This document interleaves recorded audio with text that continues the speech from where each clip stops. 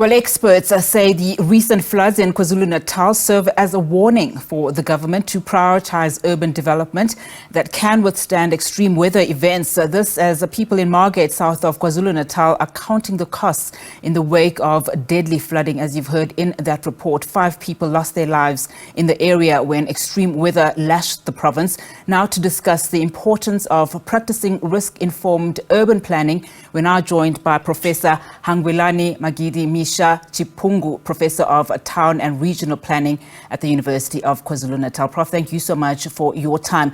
Well, one can recall the April 2022 floods in KZN, where the worst natural disaster recorded in that province. I mean, the area experienced severe rainfall. Over 300 millimeters, I think, within 24 hours fell, damaging infrastructure and business losses estimated at, billions of rands. Why are floods in the country, more especially KZN and to some extent the Eastern Cape, so devastating? Thank you very much for the opportunities. I think the issue around floods is here to stay. I think we need to make peace with that. Maybe KZN and Free State and and the Eastern Cape, like you have mentioned, maybe they're just the start. But we are about to see this in a very large scale. And what we're supposed to be talking about is how do we prevent this going forward, if we can prevent it, and how do we minimize the impact, and how do we educate our communities. And I think that's what we need to put our effort on going forward. So just talk to us then, I mean, in terms of land use planning, how then do we begin, to help reduce flood risk, especially, I mean, in our introduction, we also talked about the, the slow scale of making sure that we have these, these plans in place so that we prevent, at the very least, the damage, caused by these floods. Yeah. Exactly. I think you are correct there. We need to be thinking about well-monitored and well-planned land uses in our space. Expansion of land uses without being monitored is also a source of concern. We have to be monitoring where people are building their houses and advise accordingly. We cannot allow people as planners, urban planners, just building houses everywhere. Those days are over, and it's urgent that we need to advise accordingly. So there is what we call land use management plan in my line of work, where we say that we need to be doing land use management and trying to talk and educate the communities. And I think that's where our effort has to go to.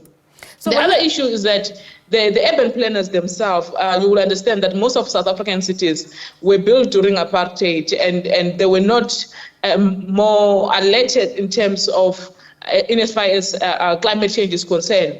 So, and because of that, they are not resilient. So our cities generally are not designed in a resilient manner. So they were designed for cities which are just ordinary cities. But now, going forward in our design, we need to be designing cities which are more resilient. And there are a number of issues that we need to consider designing such issues. We have to be mindful about our landscape within the environment. How do we channel water? And how do we do what we call river channelization going forward? Because some of our rivers are very narrow, and once it's rain, it's just hit hard, and the fact that we are all being washed away to that effect. So we need to be looking at some of those issues. Also, we need to be looking at densification, the way in which we design our cities, where people, at least we encourage people's movement. And that has a lot to do with what happened in our atmosphere and the carbon emissions that we created.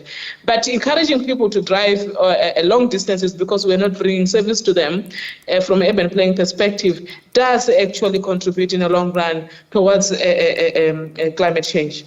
And that was going to be my next question. I mean, you talk about cities not being resilient. And so to what extent then does climate change play a role? And particularly if you start talking about, integrated risk management and risk assessment.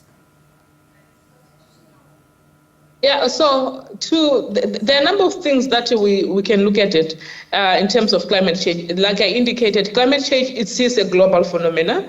It's maybe in South Africa, KZN seems to be the one which is hit the most, but we're not too sure what's going to happen in other provinces. So we must prepare ourselves. What is even more concerning is that we do know about climate change and the impact of climate change, and we do have evidence in front of us, but very little is being done across the country in terms of coming up with the mitigation strategies and preventative measures. Now we're making an assumption then that maybe KZN is the only one which is going to be experiencing this.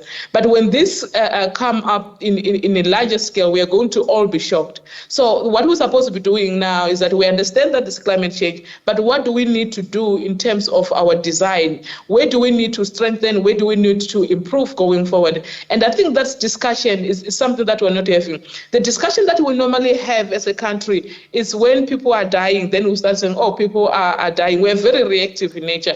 And that's why we're always found wanting. Prof, thank you so much for your time. Let's leave it there for now. Of course, Professor Chipungu there, Professor of Town and Regional Planning at the University of KwaZulu-Natal.